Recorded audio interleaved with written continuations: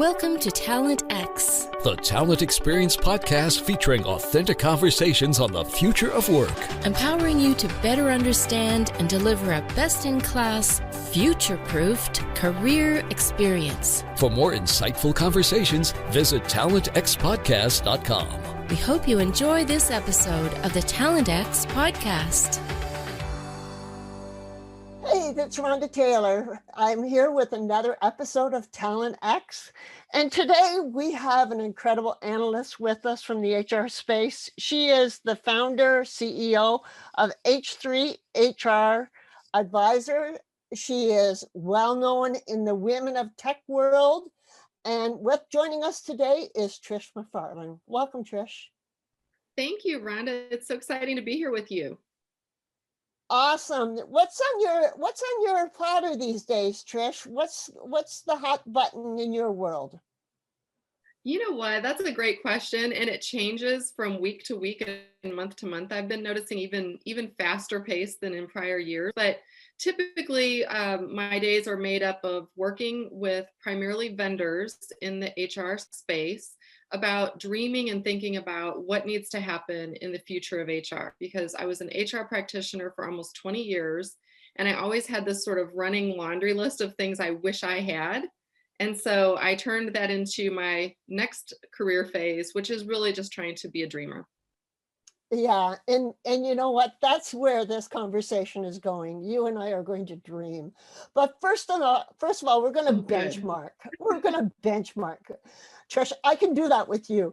What do you see as HR's biggest concerns right now? You know, I think for me, with all of the HR people I'm talking to, it's really about a couple things. It's still about meeting the needs of some of the core HR capabilities around compliance, making sure people are getting paid, getting the benefits they need, and getting the support they need.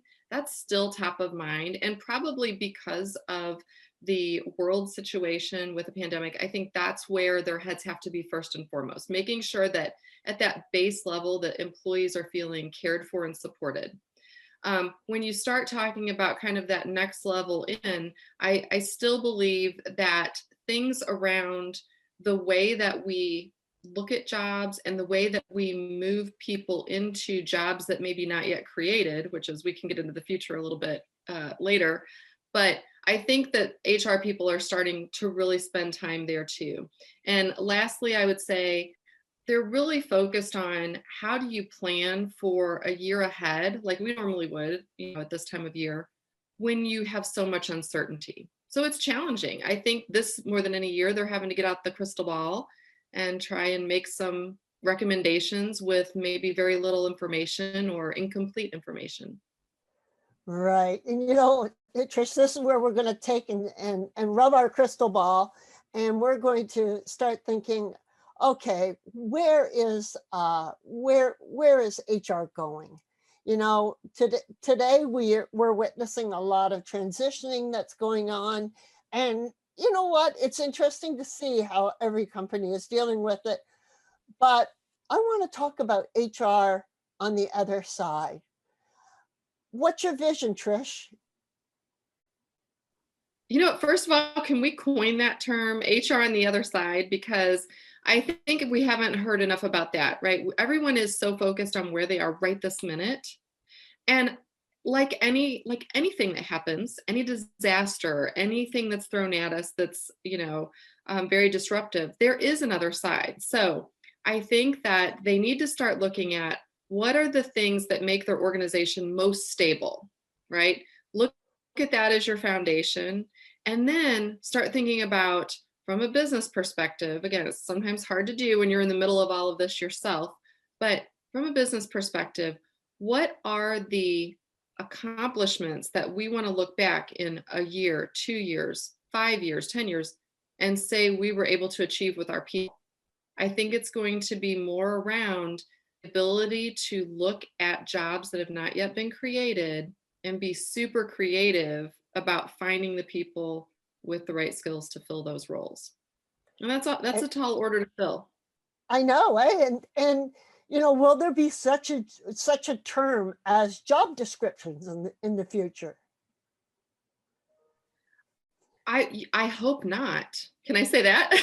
No, Yeah. I think, look, in one way, human resources moves fairly slow because we are at the mercy of the other parts of the organization typically who keep us along a certain path. However, there are a number of innovative HR leaders out there who are really thinking about this idea, maybe, for example, of employees owning all their data, employees having more over their mobility. To me, if I'm thinking along those lines, I can absolutely see that if I'm the employee, I would own my skills, I would own my capabilities, I would own my competencies, and I would use Ex- all of those things to bring to bear upon many different organizations potentially. I give you an ex- example of how sure. this played out. When I was in college, so a million years ago, I recall one of my professors telling me that in my lifetime, I'll say I was born in 1970, so kind of middle Gen X, right? And I was told we would have, on average, 7 different employers. Now, I came from a family where my dad worked at the same employer his entire career and told me and taught me that's what you do. You find a job, you stick with it, right? And sure enough, fast forward, uh, almost 30 years later, 25 years later from that person saying that to me, and he was right. And so I think that if you just extrapolate that, I think people are going to have so many different employers, but the benefit is you work with so many different creative minds that it really enhances your own learning and your own satisfaction over time. That's what I would hope. Exactly. And like, let's face it, we may also be looking into the future of the mega employer. You may be working for the same company, but doing a series of different roles throughout the company globally. Wouldn't that be amazing? Truly. I feel like that would be, I mean, they have the capabilities right now to make that true today. And some do. I think some do. But, I was thinking back to when I worked in healthcare, for example. And again, there wasn't technology at the time that I'm aware of that helped us do this. But what we were doing is we were looking at people and saying, like, okay, if we have roles to fill maybe in accounting and finance and whatnot, instead of just going out and looking for people with those degrees or maybe those job experiences, like looking internally, you might have someone who works in groundskeeping who happens to do the books at their church, right? So we all have these skills and abilities and capabilities we have outside of our job, but we don't bring them to bear within our job, within our organization. So maybe organizations, like you're saying, these mega organizations will get smart and actually start truly tapping into what people know how to do without having to always look externally for it. And not only what they can do, but what they love to do, what they want to do. Yes, You know, absolutely. you and I both watched our fathers go to work, and they did not necessarily want to go to work, but they had to. And that mentality is not in the future. I agree with you, Rhonda. I just had this discussion with someone yesterday where we were talking about he's been laid off, during COVID and has a really good background when it comes to, both his education and his, just general abilities as a leader, but he can't see his way out of the industry he's been in his entire life. And so it's like people like that, I want to just sort of inject a little bit of spark into them and say, look, you can take those same things that you love to do and do them in a different industry. But I feel like sometimes we get so shut down and we don't even think outside the box when it comes to what we know how to do and what we love to do. And what everyone needs to keep in mind is that change is good. It's always a positive step forward with change. So you brought up something earlier about, the transparency of owning your own competencies and owning your own skill sets. Talking about the future, I heard about a company that was coming up with an app, and it's like your GPS, your career GPS. And this is really talking into the future, but it may be around sooner than later. And it's like the Uber. This is where I am today, and I want to go to plan B. You know, I want to become the CMO of some company someday. And the platform will say, you know, this is where your weaknesses are, here's your strengths, here's where you need to do some reskilling. Um, isn't that marvelous that you think that we all could own an app like that down the road? Oh my goodness, that would be amazing. I think you bring up a great point too, just about the idea of an employee owning everything about our employee experience, about our data, about everything pertains to us. Um, there are so many times where we give up authority, whether it be to an employer, or if you think about even like more of a like a medical record, not just your personnel record, right? It all belongs to someone else. I think you're going to see more and more, the more that you give people the ability to own their own information and make that portable, then the more they're going to want to be invested in making it better. But if I feel like my employer is really the one that benefits from my skills and my learning and my just performance in general, I don't necessarily have a good understanding of how do I benefit other than a paycheck. So maybe with a GPS app like that, a GPS career app, maybe the employee would finally start feeling like, you know what, this is mine to own, mine to have, mine to nurture, and taking your own leadership and responsibility for yourself. It'd be interesting to see it happen. And you know, the future, a lot of companies in the future need to understand that there's going to have to be transparency with their employees. And just the, you know, the nature of the political world, it's so important for employers to be totally transparent with their employees about their careers, because there's nothing more important to an employee than their career. I agree. I think too, you just hit on something for me when you said that, was that there is always such a political atmosphere within an organization that even when you're doing well, sometimes you're not, because you don't even understand the politics that are going around your organization. It's not transparent. And really, when I think back to many of the employers I worked for, which were great employers, it was always hidden, right? There was just this underlying agenda that you didn't quite have a handle on.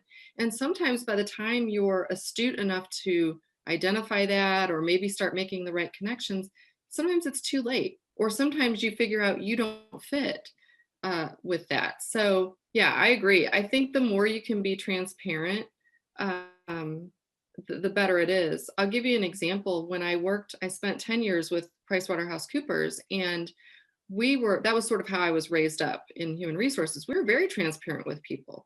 If someone just wasn't a fit, we just had a frank discussion and talked to them. It wasn't, meant to be harmful to them. It was meant to help them. And then we would help them find maybe work at one of our clients where they were a better culture fit. Now, again, this is back before that was even a big discussion, right? Now we talk about employee culture and employer culture all the time. But we were always transparent about compensation. We were always transparent about performance. We were always transparent about our goals. And I felt like that was the way it was. Fast forward to taking, my next couple jobs after that, and it wasn't transparent at all.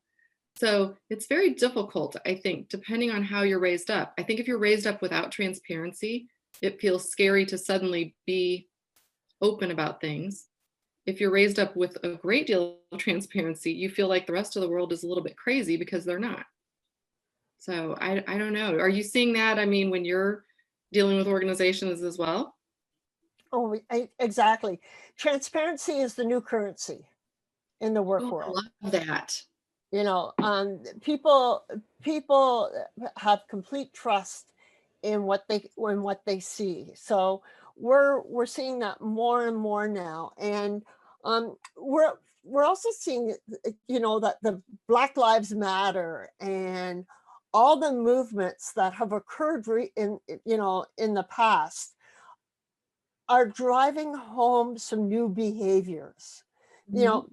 Whether you're white Anglo-Saxon working in a major corporation, the tap on the shoulder to say, you're going to be promoted because I like you.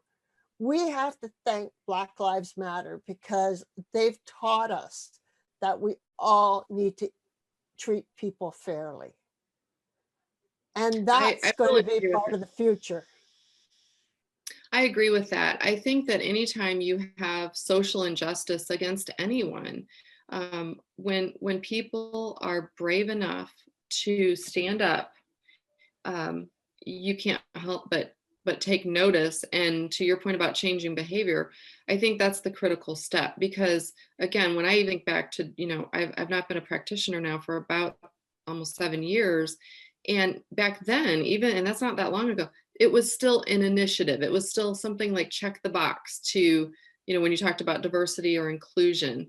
I think it's come so far. And again, it feels like it's moving maybe slow if you're someone who's impacted. Sort of like before that, Me Too. There's still hesitation for women who are being abused in the workplace every single day. And we're so used to it. And these things take time. But I think when we look back, you're talking about the future. I hope in 20 years, when we're looking back on this time and we look at what progress we've made, I hope that it's faster than the previous 20 years. And that's what we can hope for, is that some of these really vocal people are actually pushing behavior change. Exactly. And in the future, AI is going to be a part of the old regime. Absolutely. What do you think is going to be replacing AI? Or is AI going to go to a new level? I guess my hope, since I hope it is more of a phased approach. I think that right now we use AI predominantly in our culture for giving us information, right? Whether you're talking about your Alexa device or Siri or whatever, people do use it a lot more than even 2 or 3 years ago, but it's primarily just to get information, right? You're asking a question, it's regurgitating something.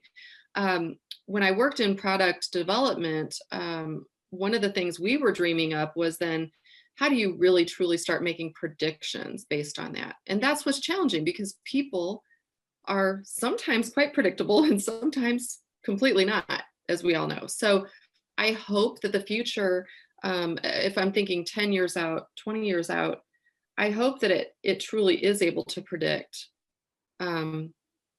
how humans behave, so that we can be better as the organizational leaders in meeting their needs. Because I think right now we always think about, how do you make the company, more productive? How do you, impact the bottom line? And that's always going to be important. But really, if we don't start thinking about how do you truly make people feel valuable, you'll never retain the good ones. You just won't. Yeah. And Trish, I'm really dreaming now that we have the remote workers. There's so many people working from home. Mm-hmm. What are the builders? How are the builders going to be changing home designs? What do you envision there? You know what? I would hope so. I would love, it's sort of like the Jetsons view on steroids. If I had my way about dreaming of the future of work. Yeah, I think, you know what? It would be a home or work environment, whether that was in my home or somewhere else, that's just very responsive to me, so that I'm not having to think about all the million little details that clog my brain and keep me away from being creative at work, right? So even now, I work from home always anyway, and I have a very nice office setup.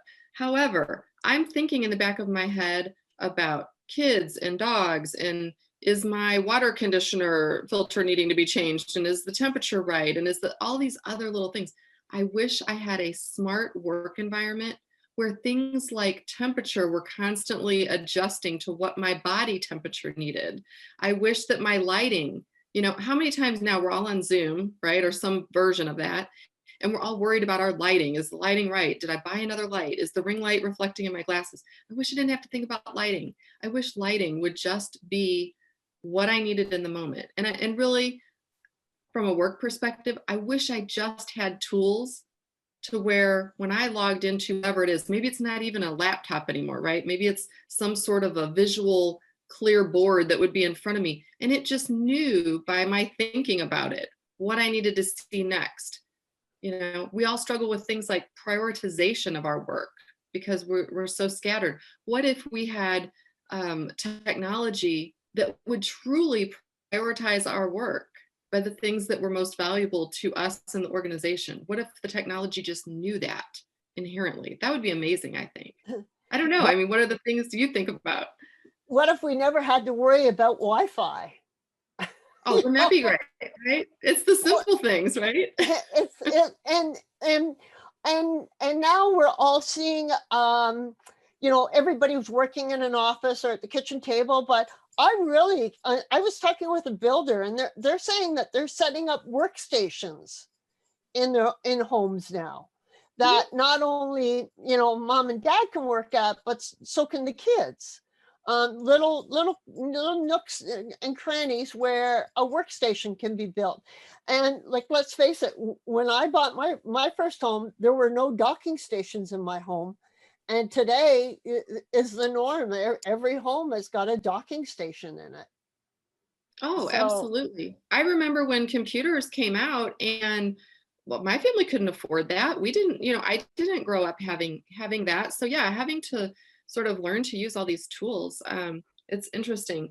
Another thing is we're talking, like, just thinking about what I wish was really different in the future is I wish that there would be a greater understanding that you don't have to work 40, 50, 60 hours a week visible to your boss in order to make an impact on your organization. And what I'm seeing now is actually, I feel like we're moving kind of the other direction of, like, there's so many people working more hours now that they are at home because they're getting on at all different, they have the flexibility we've been craving, but they're working even more.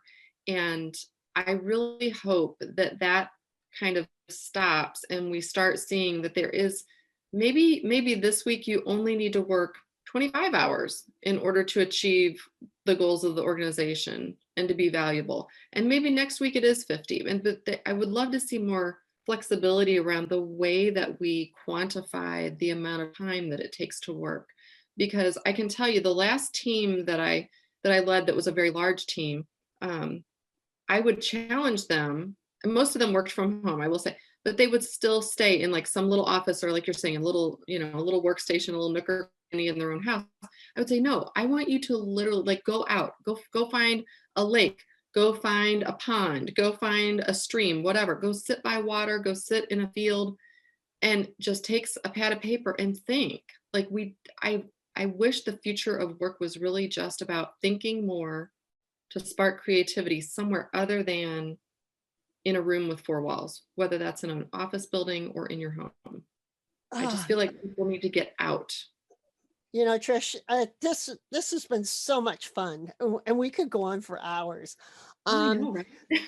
It's just so amazing. But we always wrap up our show asking everyone the same question, and I know you so well. I'm looking forward to your answer.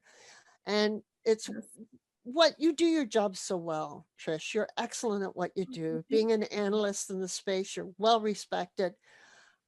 What drives Trish McFarlane every morning to get up and put her happy face on? Oh, I love that question. For me, it's all I'm a true extrovert, and I get my energy from other people. And so, a lot of people are money driven, and we all like money, but I'm not money driven. I'm not title driven, because if I was, I would have stayed in professional services, for example. For me, I'm driven by when I have a conversation with someone like we are right now, and you feel a spark. And then it's that feeling of, like, when I hang up that call or leave that person's presence, that I think about them for the next day and the next day and the next day. And then a week later, I think about them again in the conversation, and that's what gets my creative juices flowing. So that's what drives me. I'm addicted to sort of that spark of another person's ideas that are different than mine. Excellent. I crave it. Yeah, no, and your answer does not surprise me one bit. So, Trish, I can't thank you enough for joining us on Talent X. Thank you. This has been really fun. I'll come back anytime you want me. Well, thank you. And this is Rhonda Taylor from Talent X, asking you to have a great weekend. Sorry, we got to bring you back to the present after being in the future. Bye, all. Thanks for listening to this episode of the Talent X podcast. For more talent experience and future of work conversations, visit talentxpodcast.com. Follow us on Twitter at TalentX Podcast. Or join the conversation with #TalentXPodcast on Facebook, Instagram, LinkedIn, or Twitter. Talent X, the Talent Experience podcast, was brought to you by the fabulous Fuelies at Fuel 50.